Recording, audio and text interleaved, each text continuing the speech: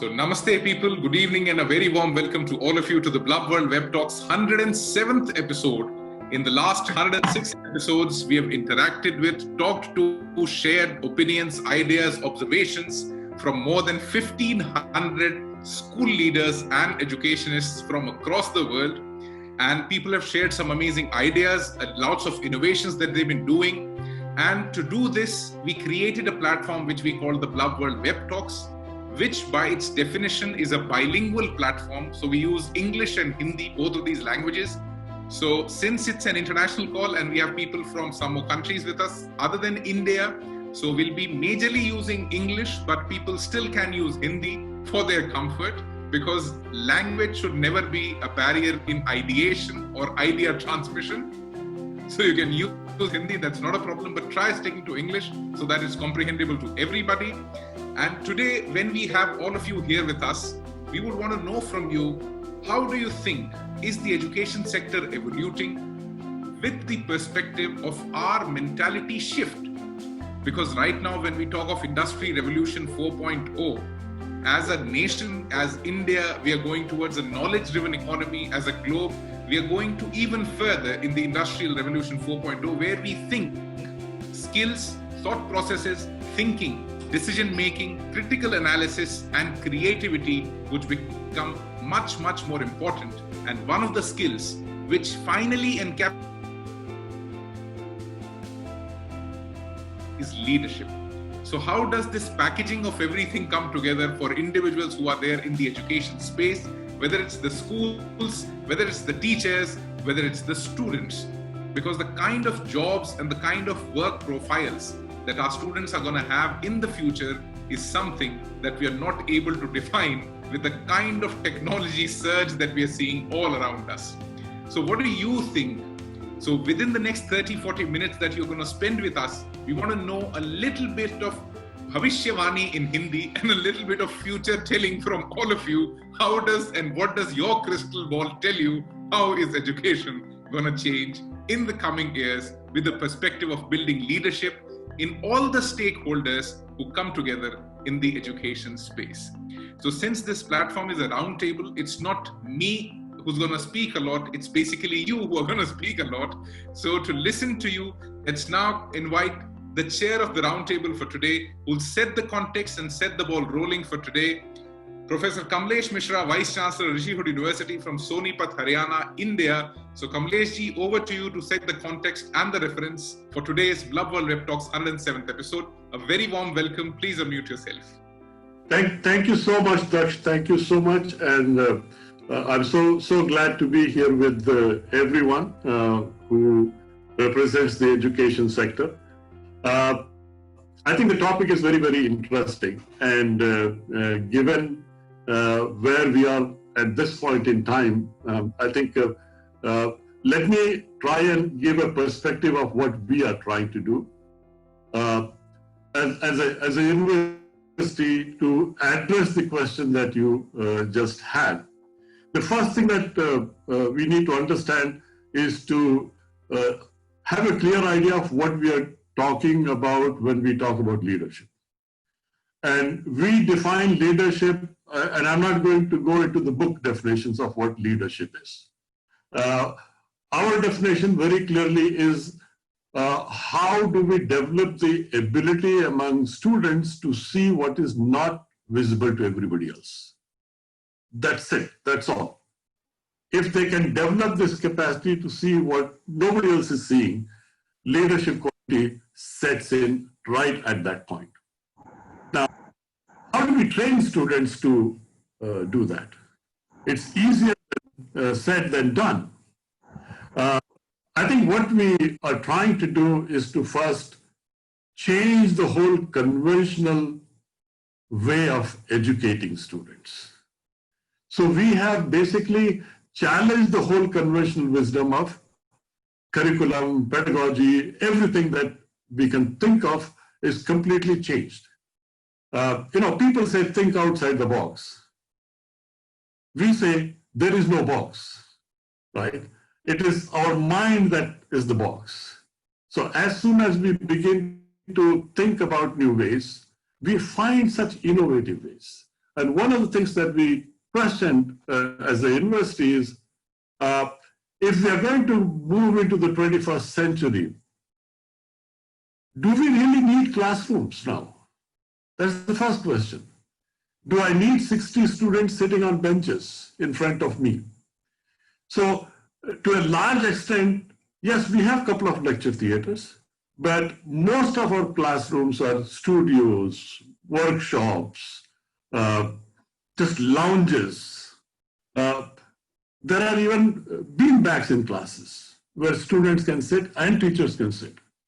So the format of delivery has changed from I am the teacher, I'm telling you, you listen, to a sort of a collaborative learning where everybody is a learner, including the teacher, except that he has a greater experience and therefore he may bring a perspective that younger people may not have. Delivery format is what we call debates and discussions. Now, sometimes people call it as something that is coming from the West, but actually this comes from your Gurukul system itself. Debates and discussions were part of what Gurukul system used to be. So we changed the format of delivery. So even a course like statistics, we teach through a project-based method, through discussions, sitting down, identifying problems, and finding solutions. I think it's important to let students know that there is no single way of doing things. There are multiple ways of doing things. The problem is that when we tell them, for example, in a school, and this is something that probably principals will agree, if you write something in an exam which does not follow the CBSE norm, that this is the format in which it should be done, you don't get marks, right? And this is an experience that I had with my son. He would look at a mathematical problem and he would have the answer without actually doing it on the paper, right? But if you miss one step, the marks will be gone. Now, what we are changing that format. That's not how it should be done, right? So, a lot of application orientation has to be there in the education system.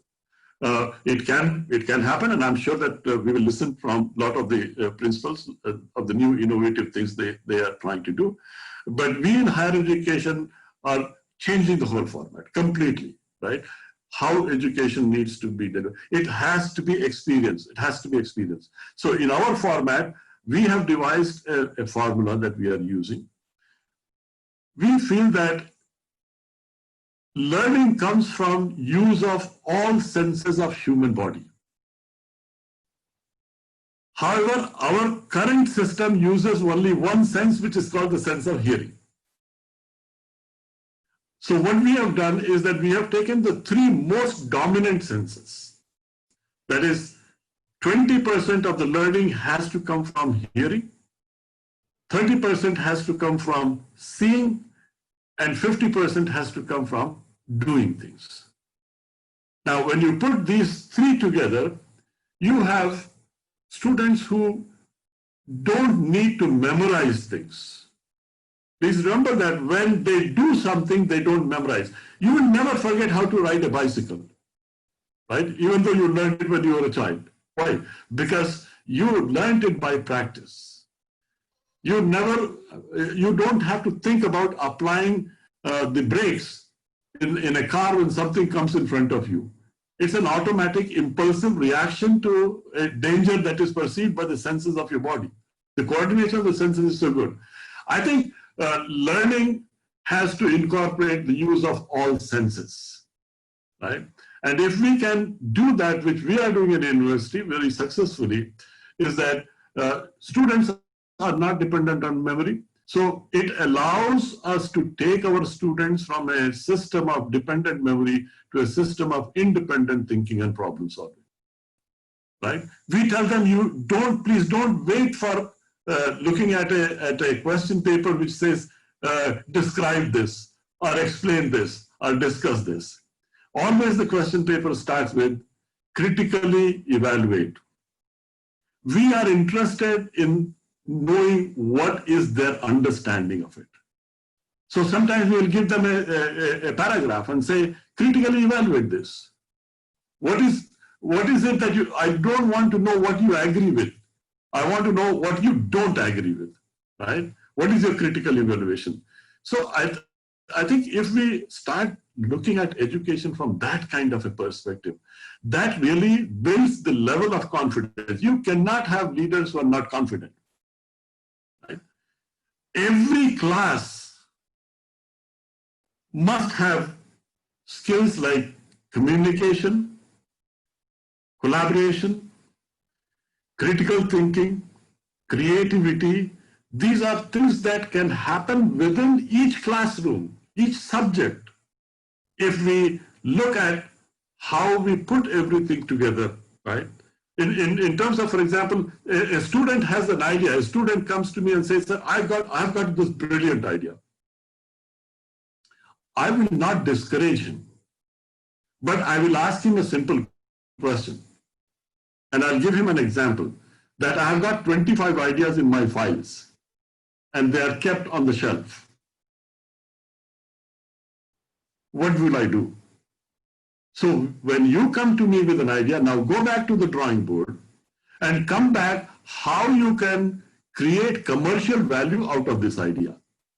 And an idea that does not have commercial value has no meaning, right? Either it has to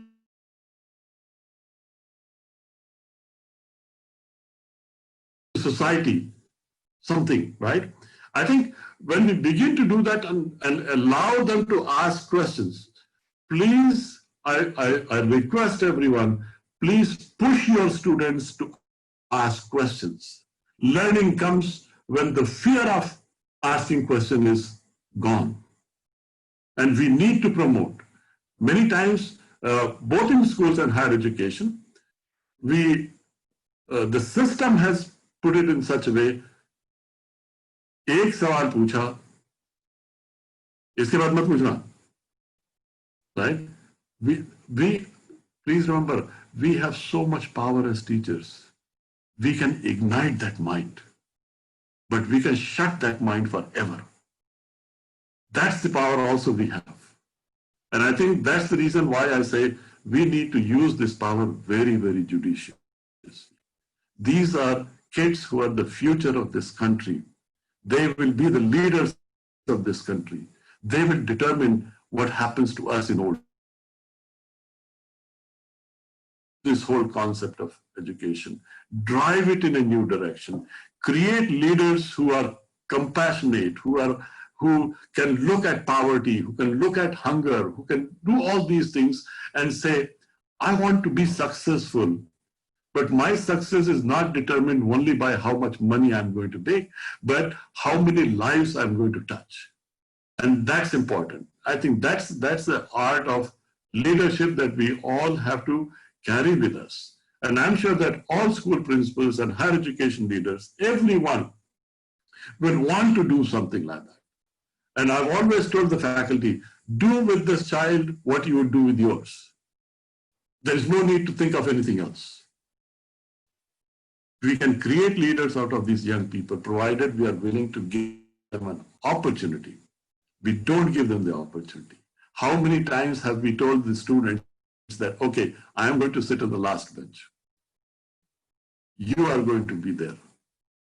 And I have tried these experiments. I'm telling you, they do so well. Thank you so much, Kamlesh ji. And इस पूरे platform की एक ही beauty है. The only reason why it still attracts so many people from across the world to participate in Blub World Web Talks, that it is a timed platform. So for all our coming up speakers, there is a possibility that once your time limit is over, that you might get muted. If you get muted, please don't get offended. It is just to finish this activity on time, and so that all of you put your best foot front and ahead so that we get the best ideas from you in the initial small limited time of speaking that you have. कोशिश हम लोगों की यही रहती है जब हम इसे अपने स्टिपुलेट जो हमने आप लोगों से टाइम मांगा है उसके अंदर हम इसको खत्म कर दें. So our only and only motive is not to let your schedules get disturbed. So Kamlesh, thank you so much. You have set the context in the most perfect of all its senses, and you have explained the topic and all the aspects that we need to discuss it. To summarize what you said and where you started from, defining leadership as seeing beyond what's obvious, because that's very important. Because if I just throw 2 or 3 words in front of you before we go to the next phase of the discussion, there's somebody called a visionary, there's somebody who's called a leader, there's somebody who's called a manager, and there's somebody who's called who will be doing the execution. So we must be able to differentiate between each other and each of them, and a differentiation from all of them. That what would be the exact things that you would need in a visionary, what would you need in a leader, what would you need in a manager, and try to transpire that into the education sector, that when we talk of school leaders or teachers, what kind of things do we need or do we want? So then you went on to, do we need classrooms anymore? Physicality of education has been absolutely unlocked with COVID. Now we are no more locked, or we are in a absolute need of a physical classroom to continue teaching learning process. Collaborative learning is more important. Lecture mode doesn't work anymore. Debates and discussions have become a regular process or methodology of teaching. There is no single way of doing things. This is a process and a thought process that has to be cultivated in our students.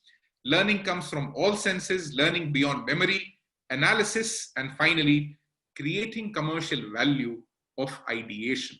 Don't just ideate, don't just hypothesize or write theses on things that are never going to apply in real life and do not have some kind of a value either to the society or to the business. We should always be trying to develop more and more within our students. So thank you so much, Kamlesh. Let me now invite the next speaker for today, who will be sharing with us his perspective on what does he think, what's happening in schools in India right now, and where does he see leadership happening in the whole process. Mr. Anand Kumar, Vice Principal, Khaitan Public School from Delhi, NCR, India.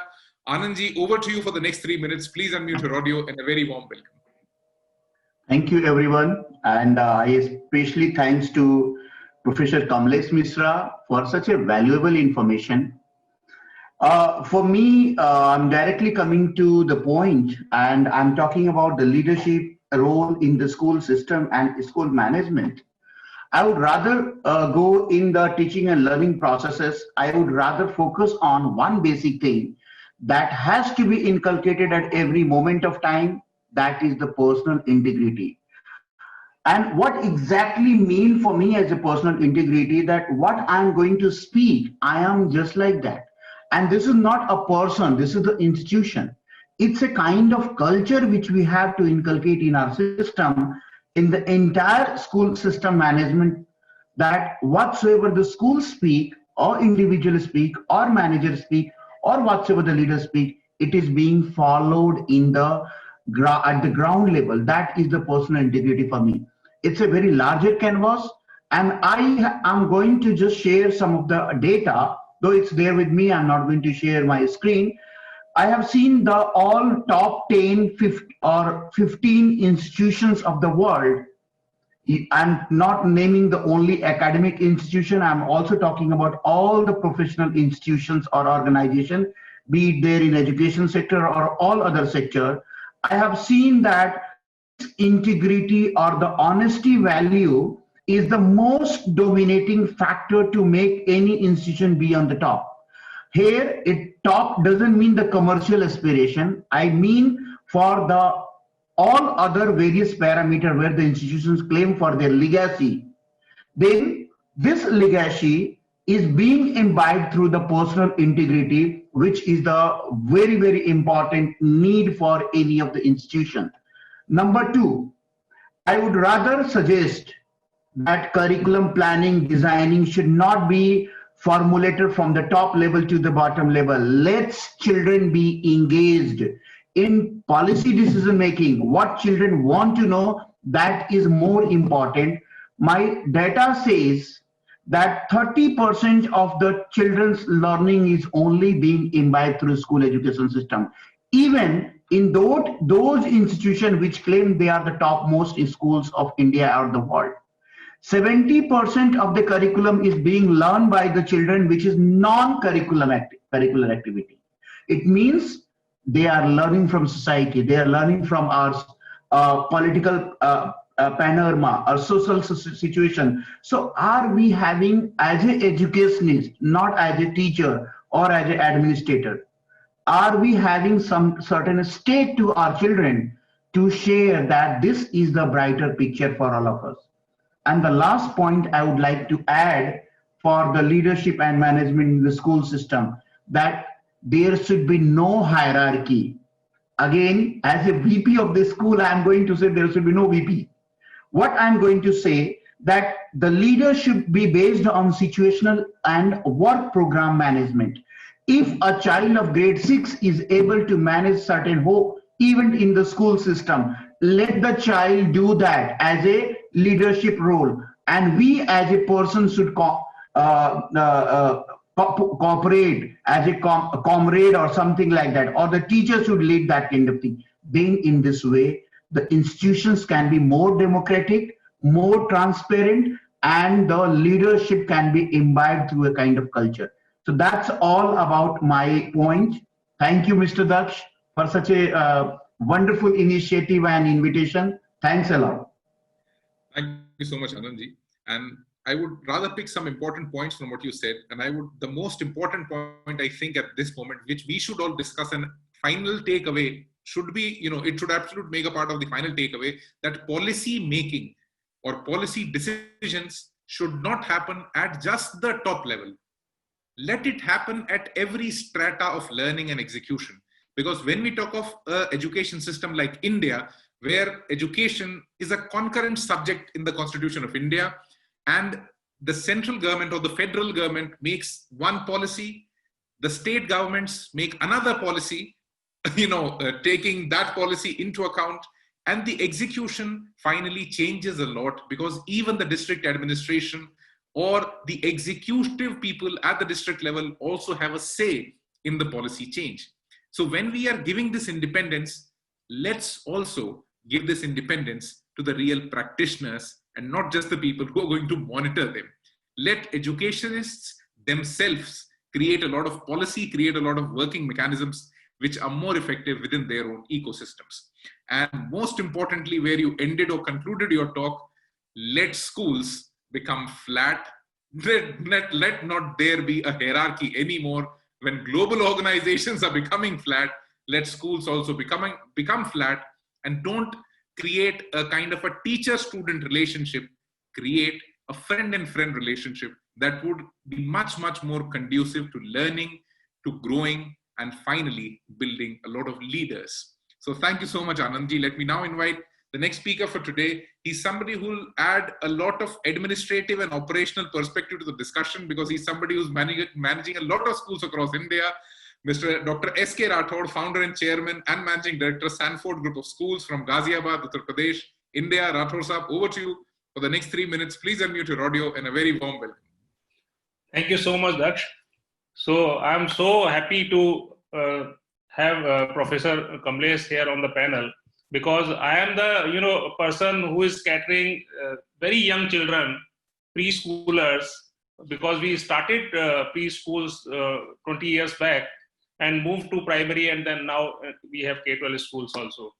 So the leadership quality should be started developing at the age of 2 years. What I have seen in last 20 years dealing with young children, they have lots of potential. And we people, we adults, whether we are teachers or parents or any other person in the family or in the society, we always try to push our things in their mind. It should not be there. I tell you, my wife started this whole concept 20 years back. So she started planning for the weekly activity of free talk. 20 years back, we had given opportunity to the young children of 2, 3, 4 years of the age to have a complete 1 day in a week to talk freely with the teachers. No subject, no activity, nothing.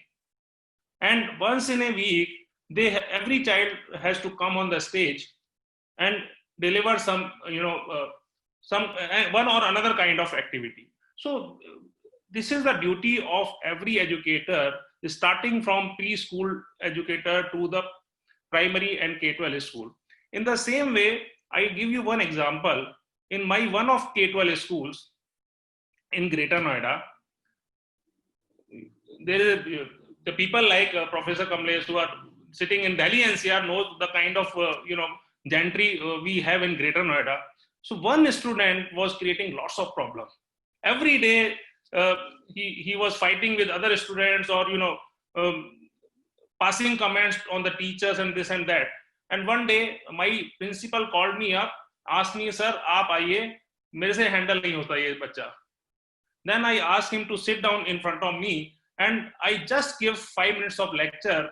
And I tell you, sir, I gave, I made him, head boy. Beta, aaj se aap head boy ho school ke. And that student who was just below average student, he scored more than 90% in the board examination. So this is the environment we have to give to our children, so that the job of the people like Professor Kamlesh and their institution, higher education institution, will be eased out. So this is our duty, one thing. Second thing, our teachers should think like teacherpreneur. Entrepreneur की तरह से teachers को सोचना चाहिए. Teacher's job is not just to finish the course content. It's not the job should not be just to give a lecture in the classroom or just correct the their examinations and give the scores. Teachers should also the thing what Kamlesh sir was said कि commercial value होनी चाहिए हर education की. Teachers should understand what is the commercial value of his or her subject for the child in his or her future. वो अपना career कैसे develop कर सकता है उसका सब्जेक्ट पढ़ने के बाद में. And this should be started from the middle school level itself. Then only we can develop good students into leadership. And teachers should also become. And another thing, because most of the principals are sitting on the panel, I have seen in many of my schools itself, principal want to, put their own thought in the minds of the teachers. Thank you so much, Dr. S.K. Rathore. The time was over, but we'll try to come back to you. And you've added a lot of new perspectives to the discussion, because you've talked about preschool education or early childhood education. And I think that is the perfect time when leadership or leadership qualities should be induced into the curriculum, or at least we should start talking about them, because that is the point the kid is most curious. That is the time he's most excited, and that is the time we kill his excitement. Because for a simple reason, we are not able to manage them. So as Indians, what we know for sure, India is a country of managers. We are very good at managing things, but the problem is we're not actually managing. We are suppressing things. And for our kids, we should not do it at all. So at this point, we must understand that let these kids and continue with their curiosity. Let them at least keep with them what they've got with themselves from the birth itself. Because with learning, we are rather tempering with their basic fabric of understanding and looking at life. And when we, as educationists, grow up as professionals, we finally look for that same curiosity, for that same innocence to come back to our minds, because that's where we find our strategies failing.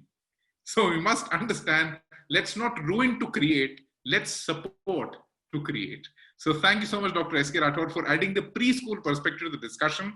Let me now invite somebody who will add an international perspective from a very different kind of a country, because what we've been listening, what we've been knowing, and the way the media portrays the country in front of us, it's a country which has a lot of workaholics. It has a country which wants to work a lot with a lot of efficiency, with a lot of precision. A mistake is not acceptable. So let's see what an educationist who comes from that country while practicing education has to offer in this discussion of how do we need to induce leadership in the whole school or education ecosystem. A very warm welcome to Mr. Rakesh Joshi, Principal, India International School in Tokyo in Japan. Rakesh ji, over to you for the next 3 minutes. Please unmute your audio and a very warm welcome. Thank you so much, Mr. Daksh. And just to put in perspective, we have the speakers like Professor Kamlesh, who spoke about the college education, and then we have Dr. Rathore, who had the ideas about how he groomed the pre-primary empire for himself and for all of us.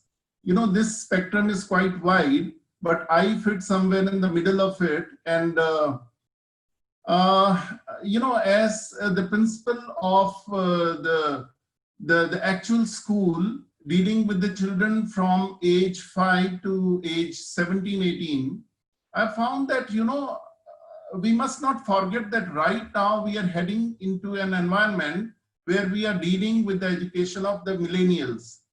And when Professor Kamlesh spoke about collaboration, creation, critical thinking, and communication, to me, how I refer to it is that they are called mostly the 21st century skills, and they're needed for any endeavor that anyone will take right now. And all these children who are the millennials right now, they have certain traits in them which any educator must remember. Number one, they are, I must say, very, very democratic in their nature. Millennials do not accept any kind of discrimination, and their approach always, whether it's school environment or their social environment or any other kind of environment is there, they're always very democratic in their approach. Second thing is that they are very ethical, they are ethic based. And then when Dakshji was talking about the work alcoholic country like Japan, I must say that yes, there are flaws within this society, which I started, knowing right now. But the point is that, somewhere this society has a beauty, and that beauty is that they all are ethical. They all are ethical. Like Indians can be said that they are great communicators. Japanese are greatly ethical people. And this trait of ethics has now started breeding in every society, including India. And therefore, we must not forget that millennials that we are dealing with are very, very ethical. Third one is that they're very respectful, but then they seek the mutual respect. So a teacher of 55 years old teaching a child of 10-year-old cannot be disrespectful in this environment. And, we have to really respect each other very well as the two equals in the school. And like one of the speakers spoke about, flattening the hierarchy in the school. Actually, this is the need of the time. And when I, some 15 years back, used to listen a US student, saying hello or hi to his teacher, I would think that how, disrespectful they are, but they are not. That is cultural differences. But then somehow we are understanding that we have to create a mutual respect in this environment. And fourth one, which is very, very important, critical, that I always speak to my teachers, is that in a period of 40 minutes, you can teach anything. But what they seek from you as a teacher is that one wow moment in 40 minutes. 35 minutes, they can, just get the things, they can grab the knowledge from anywhere, including, the Google or the books or their chats or different kind of devices. But the point is that those 5 minutes of X factor or X teaching, if it goes to them, it goes very well with them. And I will say that when we talk about dealing with them, the process should be exactly, somebody is already indicated, that we should try to ideate the things with them. I think that this thing was started by Daksh only, Mr. Daksh only. So we have to ideate a lot of things with them. We have to then. Thank you so much, Rakesh sir. The first slot was over, but we'll try to come back if time allows. And you added a different kind of a perspective, which we typically expected from you, because you come from a background and a country which we as Indians have been using a lot. But as far as the culture is concerned, the cultural exchange has not been very thorough. We, have been great users and admirers of brands like Toyota, one of the world's best diesel engine, a lot of precision engineering that comes from Japan, a lot of, practices that come from Japan, a lot of martial arts that come from Japan. But yes, two things that you gave within this 2 or 3 minutes that you gave to us. First, a country which is greatly ethical. When we bring these two words together, it gets really difficult to bring a visualization to that level. But yes, it is very, very important that as individuals, as teachers, as educationists, we are the ones who are supposed to set that benchmark, that where does your ethical working, your ethical understanding, or your ethics lie. The core sense of the word knowledge, telling them that how this knowledge would get converted into wisdom someday, and you'll be able to have a good society all around you. And second, and the most important factor, which was initiated by Anandji, and now you've actually added on to it, making organizations flat and being very, very respectful towards the whole ecosystem and anybody and everybody who's around you. Because when we even talk of the Gurukul system in India, which comes from a lot of Vedas and a lot of scriptures, which have, kind of defined the whole structure, the first thing that comes in is mutual respect. Because once you go to a guru, he's supposed to give you the same respect the way he wants to expect, get it back from you. So, and finally, the X factor in teaching, that 35 minutes could be content, could be curriculum, but 5 minutes should be and must be devoted to what those students really want from you, because that's where your observation skill and your acumen as a teacher finally gets tested. So thank you so much, Rakeshji, for adding this perspective to the discussion. Let me invite the next speaker for today, Ms. Nandita Prakash, Education Advisor, Sri Ram Global Schools, Gurgaon, Haryana, and Ludhiana, Punjab. Nandita ji, over to you for the next 3 minutes. Please unmute your audio and a very warm welcome. Thank you, Daksh. Thanks a lot. And congratulations for covering more than a century to Blub World. It is always a pleasure to be here on this platform and learn so many things from such eminent personalities. So salutations to all the panelists present today. I will quickly now jump on the points that I have to share. So teachers being the center for, for everything that we are doing right now, what we're talking about. So when we talk about instilling leadership in the system, it must start from teachers community. So I have three quick ideas to give. So one is teachers, as a leader, they're supposed to have their own vision. So every year before the session begins, they create a vision for their class and they declare it in the teachers community within the school itself. And every quarter they explain that how are they able to reach, or what strategically they could do to reach to that vision. Now this vision is not about helping children get 90% and above. This is about what kind of life skills they are trying to instill in their children. So the vision which is aligned to 21st century skills, as we call it. Second is, let's learn from this. To become a leader, you must also learn it from the leaders who have been in the system for long. So what about the principals who have devoted their 25 years of their lives to education system, teachers who are retired now? So we can bring them back to the podium and they can address to teachers community and tell about their struggles, their leadership skills, the way they handle situations in operations, academics, and with children, so that the new generation of teachers should learn from them. That's one. Third is that during the lockdown, I've seen a lot of teachers have been attending webinars, right? And a lot of them have not been attending webinars as well. So it's not about getting the certificates. It's about how much did you learn from every session that you have attended. So maybe this can go on even after the schools reopen, and teachers can probably write an article about the webinar which they attended, what all did they learn, and share it into a common resource of their own group of teachers in their school. And this data can be available for the new teachers who are recruited later, right? So this becomes a resource material for the new generation of teachers as well. So this is, and of course, leadership starts from the teachers, because they are the ones who are influencing younger generation. So we have to inculcate this in them.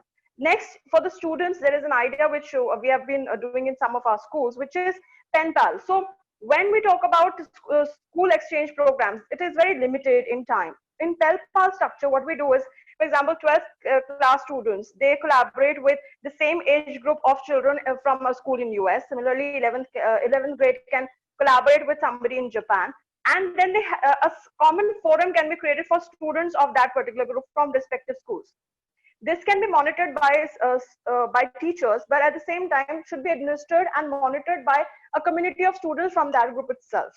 So they question, because children respond to each other's question better than they respond to a higher authority. It's easy for them to talk to each other. So let them have a common forum where they can talk about and discuss about their issues, and somebody can keep guiding them further. So a personal Quora for both the schools can be created. Third, which I always tell schools, that if you are resourceful, if you're lucky enough to have enough resources for yourself, please become the learning center for schools who have less resources than you. So create a structure wherein if you are inviting an external trainer in your school, please invite teachers from other schools around you who can come and benefit out of it, because we have to grow as a community. It's not about competition anymore. It's about developing the teachers community, developing the community of educators who bring in the new generation in the right direction. Right? So these are a few ideas which we are already implementing in our schools. We have seen the difference in their conduct. I'm lucky to have an exposure of multiple schools. So that's how I can compare the experiences that we are having in different schools. So I think these are the areas we have to be very particular about what kind of activities we are doing. And a lot of idea sharing needs to take place now. We cannot keep our ideas to ourselves. We have to create common resources, and we have to share it with the entire community to follow. Because words alone or lectures alone will not bring leadership into people. Experiences, examples have to be given. Thank you so much, Anantha-ji. Teachers, community, the real drivers of change in any education system across the globe, because teacher is finally the one who's going to execute it at the end of the day. And that's the final connection, or the last mile connect, that we want in anything. And that should be very efficient, effective, compassionate, and empathetic. The expectation is too much from a single individual, but the problem is that's the way it is. So that's why in India, when we talk of a teacher, in English, there's just one word, teacher. But when we talk it in Hindi sense, there are at least 5 or 6 words for a teacher. There's somebody who's a guru. There's somebody who's an upadhyaya. There's somebody who's a shikshak. So there are different categories of a teacher. So we also need to define leadership in teachers and their continuous training, something that the medical profession has globally called continuous medical training, CMT. That concept should be brought into teachers' lives as well, where you continuously certify yourselves, upgrade yourselves with what all is going on, because you're the final leader who will build a lot more leaders. Daily teaching vision, an amazing idea that you shared, and I think we'll be sharing it with a lot more schools, that start and tell your teachers to create a vision of what they're going to do with their class. And did they achieve that vision at the end of it? Learning from leaders, a lot of idea sharing from people who are veterans, attending a lot of webinars, a lot of content, a lot of academic content, training content, discussion, ideation content is now available free of cost. But the important thing is, are we able to document the good parts of it? And are we able to create a knowledge bank that stays with us as a resource for the future generations to come? And children doing a lot of collaboration from across the world to understand much more global cultures, becoming global citizens. This is something that is right now being done in a lot of schools. And I think this must be strengthened even and even more. Because now when the world gets even more connected, we need people who can understand a lot many more cultures, countries, languages, and build an understanding which is global. Because now we won't just need leaders, we'll need global leaders who can keep everybody connected, happy, and satisfied. So thank you so much, Anantha ma'am, for adding that perspective. Let me now invite somebody who's going to add one more perspective that comes from one more country, Dr. Vincent Chan, Principal, Fairview International School from Kuala Lumpur, Malaysia. Vincent sir, over to you for the next 3 minutes. Please unmute your audio, and a very warm welcome and a namaste from India. Hi guys, thank you very much for inviting me to this forum. It's my first time here. I'm very glad to be here. So coming in from a different perspective, I'd like to share our approach to leadership. Now we run a set of IB schools, 5 of them actually. And the IB, for those who don't know, is the International Baccalaureate. And we run the 3 programs, the primary years program, the middle years program, and the diploma program. The IB itself is quite a forward-thinking program. I'm not going to go into that because I'll kill my 3 minutes, but I will share with you this. From what we do in the IB, we learned that we need to be very specific and clear on what we're going to do. The concept of leadership itself is not that ambiguous. It's actually very easily defined, just the same way as the word analyze. The word analyze is taught to every one of my students and defined very crystally as to break down in order to bring out the essential elements of structure. Now, when you work with such a clear definition of what something is, you can really begin to grasp it. So what we did is we then started approaching the problem of leadership, and we said, we're not going to begin that process until we can draw out a curriculum. What are the components of leadership? First step. What are the pieces within leadership that we can teach at which age group? So we started doing vertical tiering. Then we started splitting it into implicit and explicit experiences, because you can't only teach leadership explicitly by telling people about it. You need implicit experiences as well, that practice, that subtlety that's inside the classroom. And then what we built in after that were intentional activities to practice that. So that would be the simple things like leadership programs within sports, leadership programs within clubs. Very easy to do that sort of stuff. But I think our crowning glory really was we developed, CEOs around the world know the #1 training tool for leadership. And it's not any kind of lecture. It isn't an online program. It's called coaching. And it costs thousands of dollars, really. A good coach costs you $1,000 an hour. And the problem is coaching is the #1 highest return on investment training program that any executive can invest in. So we said, is it really that difficult to coach people? No, it isn't. So we built up a team of coaches from our couple of people we had, and then we coached every single child in the school. And then we took them to level 2 after that, and we coached them to be coaches to coach other kids. Now, the definition of leadership is to lead others. And what better way than if every one of our students can lead another student by coaching? And so we're on this journey. We have about, out of 1,000 students, about 400 of whom are level 2 coaches, which means they're capable of coaching other kids right now. And I tell you, that's really made a massive difference. I have 2 seconds. Thank you. Thank you so much, Dr. Vincent Chiam. You added a very specific perspective to the discussion. And I think this is where we as a country or we as a curriculum are lacking a lot. Our thought processes are not very specific to definitions and the processes and the components to it. You ended your talk where you talked about leadership coaching. This is something where a lot of CEOs are putting in a lot of money across the world. And yes, it is one of the most high return businesses, I can say, across the world, where you train people in leadership. And if you're able to create leaders within your teenagers or your students who are coaches to other teens, that's a big, big, big change. So we would like to know much more about it, I think, not right now, but yes, in some of the other talk that we have you once again, and we would like to know the plan of it in a detailed manner, because this is a very big need at the moment.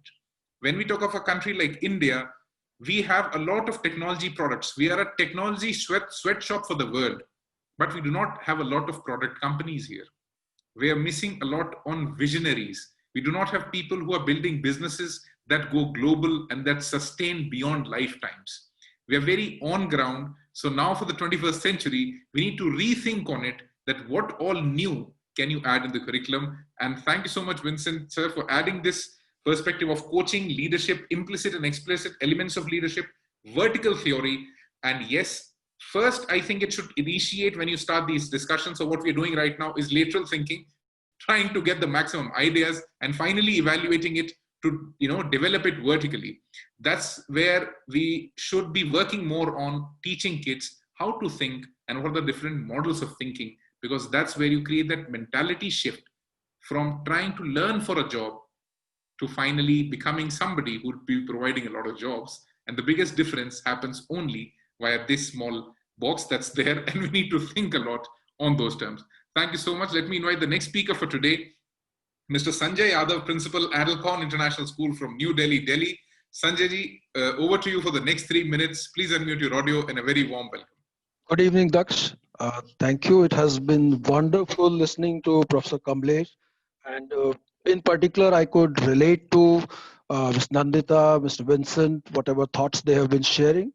Because let me echo the sentiments at Alcon International School, what defines us. Of course, before that, when we are talking about leadership, there can be no better times to understand leadership in this world, especially in the time of crisis. That's one immediate correlation which the society has, and they start looking up to leaders that at this time of crisis, how are they going to help us sail through this? So this is something which is a roadmap which needs to be created. A very clear vision should be there. Action plan should be there, and of course it has to be result oriented. So that is something which is being done. And how do we do it, be it for a student or for a teacher? Our culture talks about, number one, motivation, because when we are talking about head, heart and hand coordination, it will all come with motivation. So first thing we focus on and we invest in a lot of motivation. Then we talk about empowering. And how does empowering come is by capacity building. Because if we talk about the school switching over overnight to a virtual platform of teaching, it would have been very difficult for a teacher to adopt to that. But when there is a hand holding, when there is a confidence building, when there is a capacity building, they found it a smooth sail for themselves. And then we start giving them the capacity building in a smaller group, as Nandita was talking about, that yes, your core strength has been identified. Now here is a small group with whom you work, be it your colleague or be it children or families, and build on your capacity and then become a resource in that. So this has resulted in making a significant number of my teachers as resources which are sharing ideas and collaborating at global level.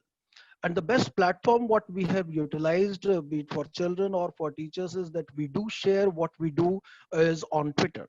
So once it is shared on Twitter, it is the entire global community which has the outreach and they are able to understand what is being done. Like-minded people get drawn to it and they also add strength to that. So this is what is happening. My teachers and students, I'll share a few ideas. And one more line, why do children want to come to school? When we are talking about physical schooling to global schooling and then breaking all those boundaries, let's give the first thought that why does a child want to come to school? Is to build the connect. To build the connect, be it with the educator or be it with their friends. So that connect has to be there. Even a child building a connect with the support staff in school, acknowledging their presence and appreciating the kind of work which is being done. So these are few core values which we have always kept at the heart of everything what we teach, that we make that connect possible. We have made our children reach out to people who are not so privileged and they have been able to facilitate. We have given them experiential learning that our children could interact with COVID warriors. They could visit the hospitals and doctors could talk to them, and it's all virtual, believe you me. So that virtual inspiration which comes to child will make him or her a leader in times to come. So there are societies which are created, say mental health. There is a society called Anubhuti. You can search it on Twitter. My children have created. And they have opened a platform for other children to come and talk to them or giving them the opportunity. There is a Together Youth Foundation which is talking about social and environmental sustainability, and especially the impact of this COVID on sustainability goals and how do we achieve them. So all those international days celebrations which have core human values associated with it, because the essence of education is to create good human beings who are able to take the society and the world in the direction in which they should go.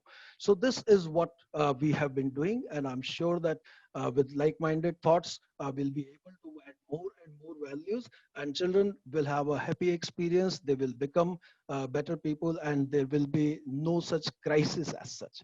So this is what I wanted to share with you. Thank you. Thank you so much, Sanjay sir. And yes, a lot of empathy, a lot of human factors in education, and finally remembering the objective of education is to create good humans and not just a lot of money or a very big economy all around us, which crumbles down to a single small virus that keeps us all locked in. So we need to think on much better and bigger levels.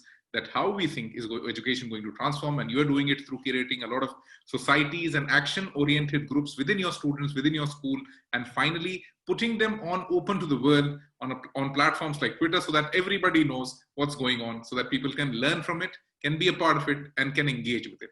So thank you so much, Sanjay sir. Let me invite the next speaker for today, Ms. Lynette Rita Martin, who's an education advisor from Dhaka, Bangladesh. Lynette ma'am, over to you for the next 3 minutes. Please unmute your audio and a very warm welcome. So thank you very much. A lot of sharing was there. So one thing what I was observing actually, that the thing that we missed, that individual child needs to be taken care of. And as a principal, the leadership role should be that he or she should guide the teachers how to make individual connection with the child. Because each and every child, when they come to school, they are our children, right? We have to have that kind of mentality.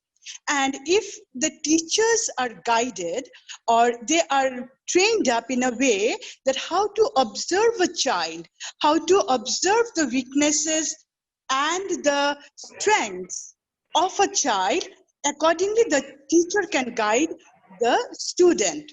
Because we want to make the learning concrete, and actually in the school they come to learn.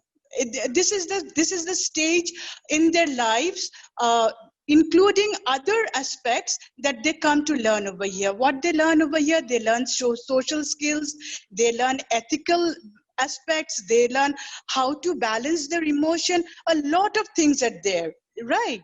So as a teacher needs to be a strong leader so that he or she can lead a student into the right path with the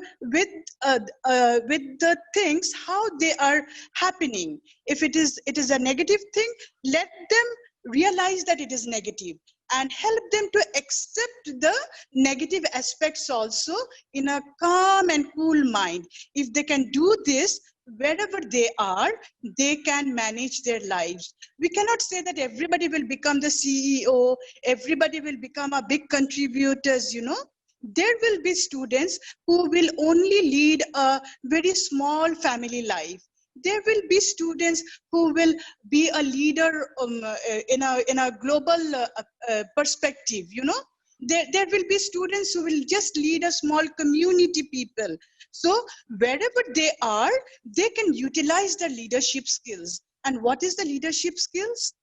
To bring the harmony in the society, to ensure that the resources are distributed properly, so that the justice is established.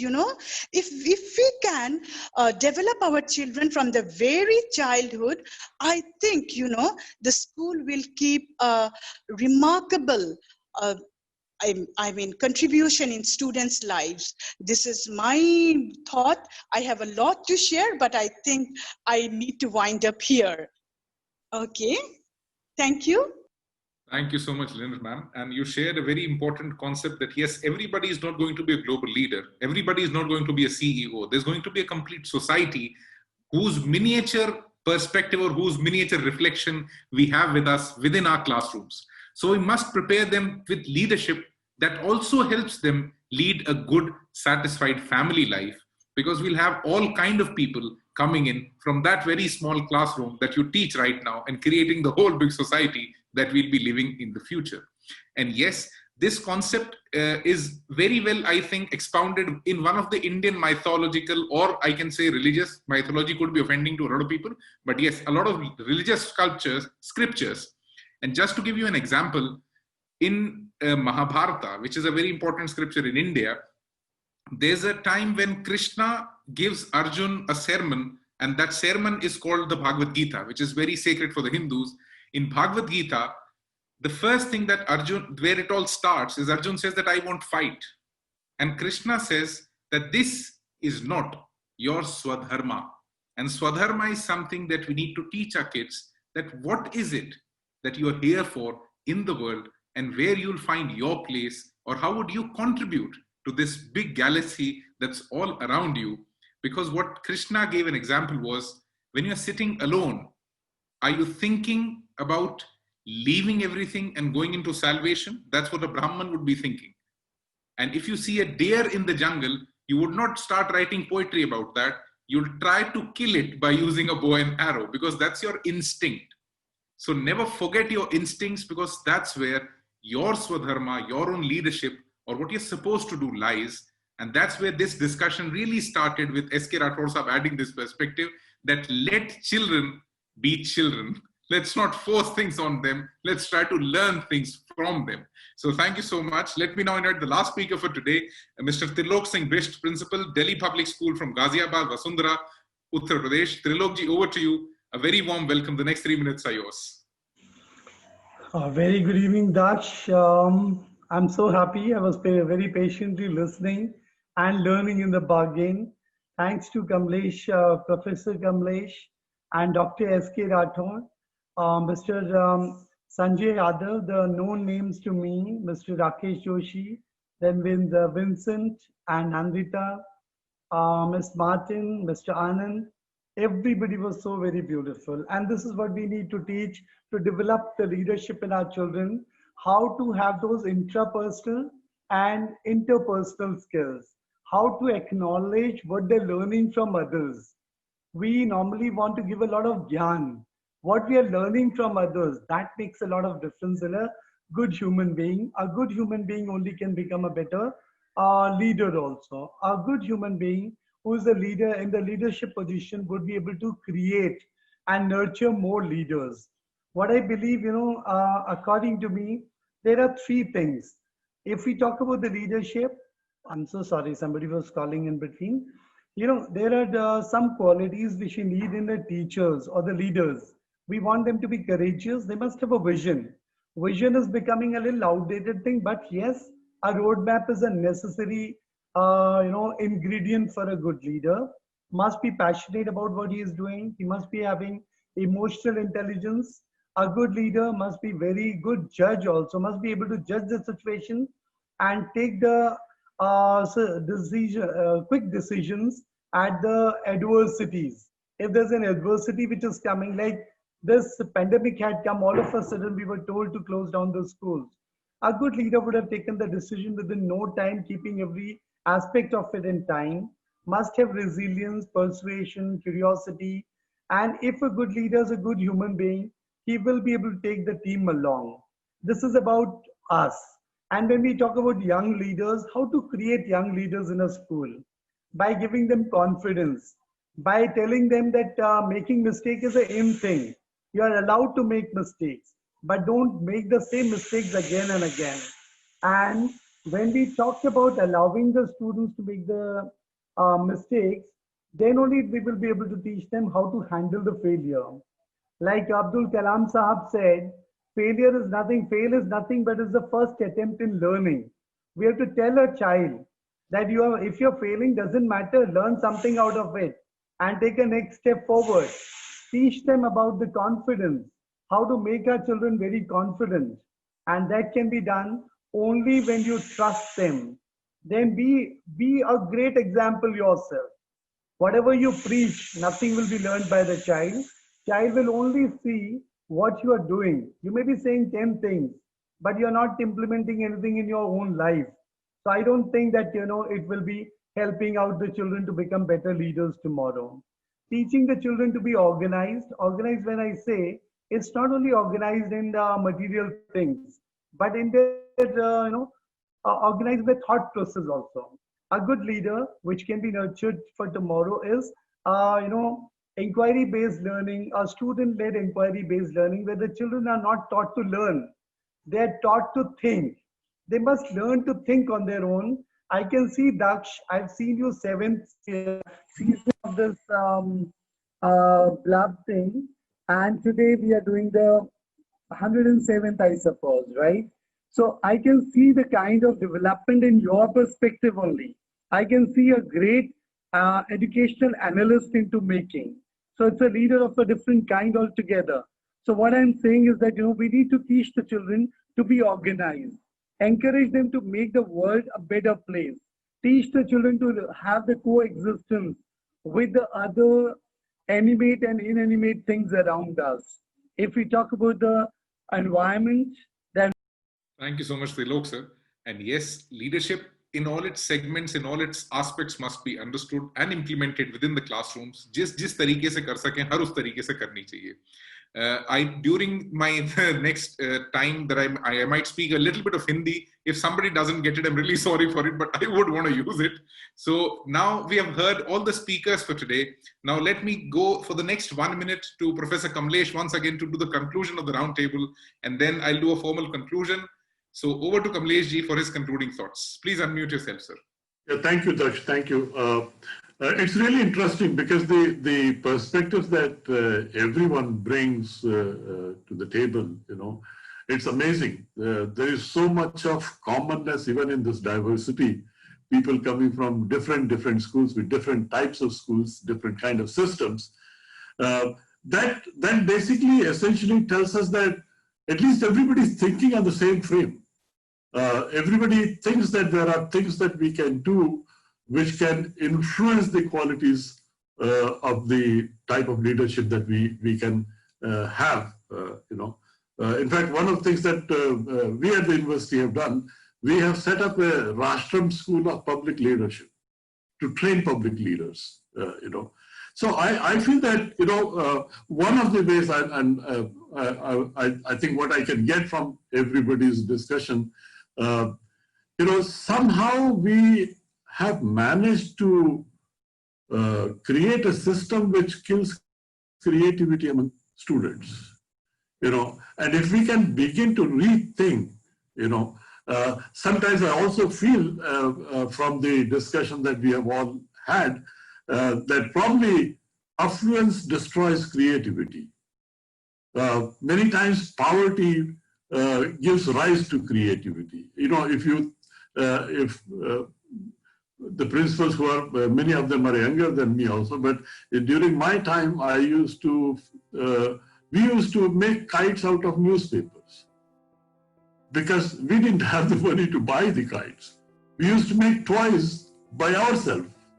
But today, when a child is born, the whole bedroom is full of only toys, right? So, for example, Dr. Rathore runs a preschool, and I think,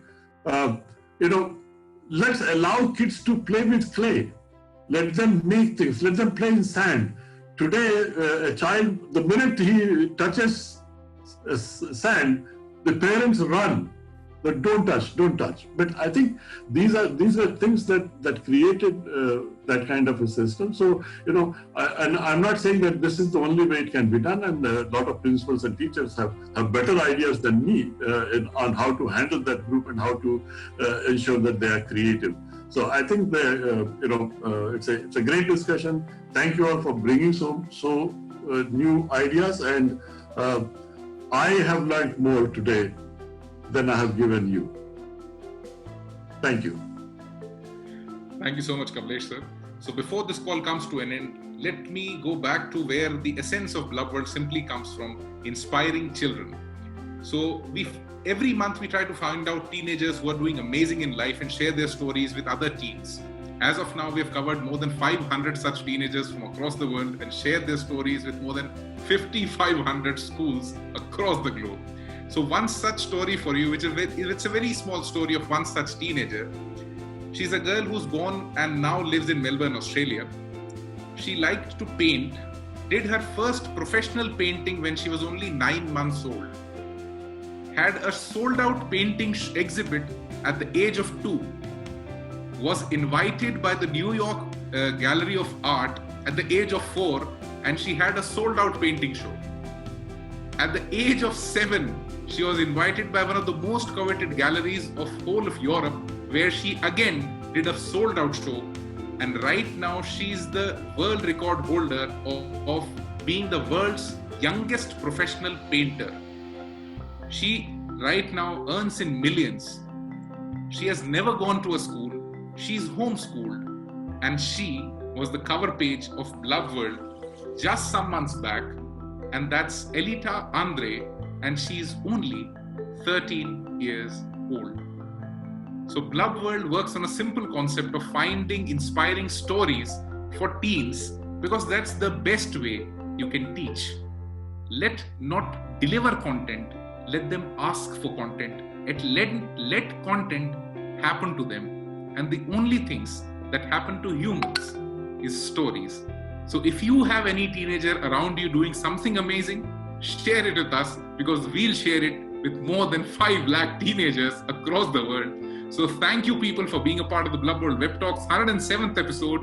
If you enjoyed and if you want to be a part of the future sessions, open your audio, say a big yes, and thank you so much for giving us your precious time. Thank you people.